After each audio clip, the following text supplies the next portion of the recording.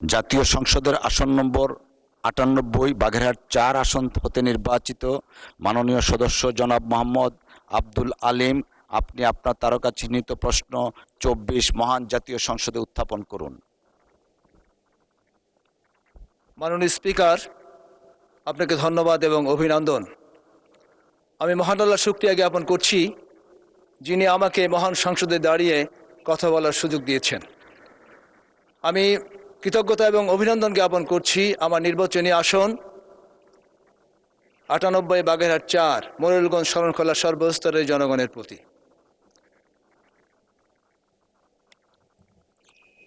মাননীয় স্পিকার, আমি সিডর আইলা ঘূর্ণিঝড় বিধ্বস্ত জনপদ মোরেলগঞ্জ শরণখোলা সর্বস্তরের মানুষের পক্ষ থেকে এই মহান সংসদে আমি মোহাম্মদ আব্দুল আলিম তারকা চিহ্নিত প্রশ্ন ২৪ উত্থাপন করলাম। ধন্যবাদ মাননীয় সদস্য। তারকা চিহ্নিত প্রশ্ন ২৪ মহান জাতীয় সংসদে উত্থাপিত হলো। মাননীয় স্থানীয় সরকার, পল্লী উন্নয়ন ও সমবায় মন্ত্রী জনাব মির্জা ফখরুল ইসলাম আলমগীর।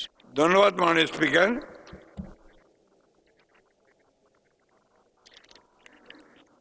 মাননীয় সংসদ সদস্যের প্রশ্নের জবাব।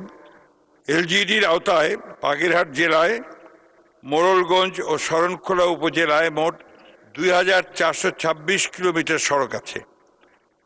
তার মধ্যে ৯৭৭ কিলোমিটার পাকা এবং ১,৪৪৯ কিলোমিটার কাঁচা। উপজেলা ওয়ারি হিসাব দিচ্ছি।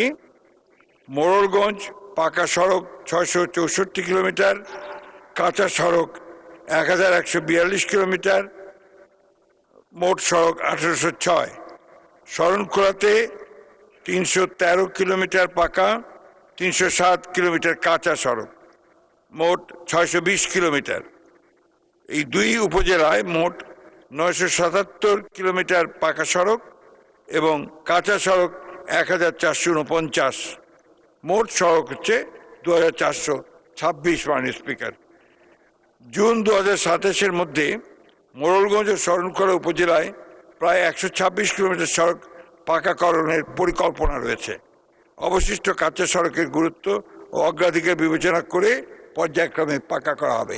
ধন্যবাদ মাননীয় স্পিকার। ধন্যবাদ মাননীয় মন্ত্রী আপনাকে। মাননীয় সংসদ সদস্য জনাব আব্দুল আলিম একটি সম্পূরক প্রশ্ন করতে পারেন। মাননীয় স্পিকার, বাংলাদেশের দ্বিতীয় বৃহত্তম উপজেলা মোরেলগঞ্জ এবং পশ্চাৎপদ জনপদের দিক থেকে এটা শীর্ষস্থানীয় একটি জনপদ।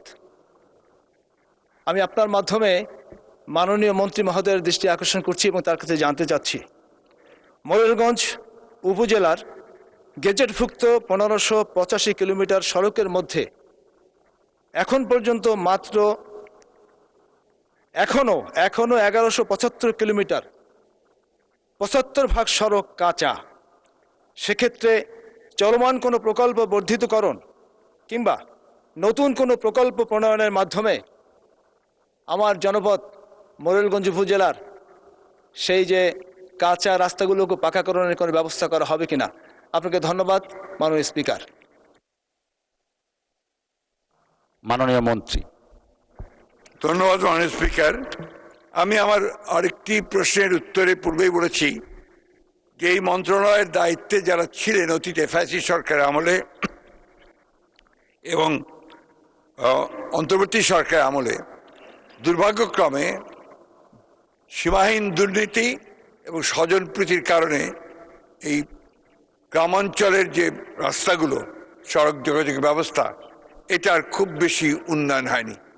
আমার নিজের এলাকাতে আমি দেখেছি যে আপনার কাঁচা রাস্তাগুলোর সংখ্যা যেমন ছিল তেমনই আছে, নতুন করে কোনো কিছু করা হয়নি। আমরা নতুন করে এই ব্যাপারে কিভাবে আমরা আপনার রাস্তাগুলোকে পাকা করতে পারি সে ব্যাপারে আমরা ইতিমধ্যে কার্যক্রম গ্রহণ করেছি।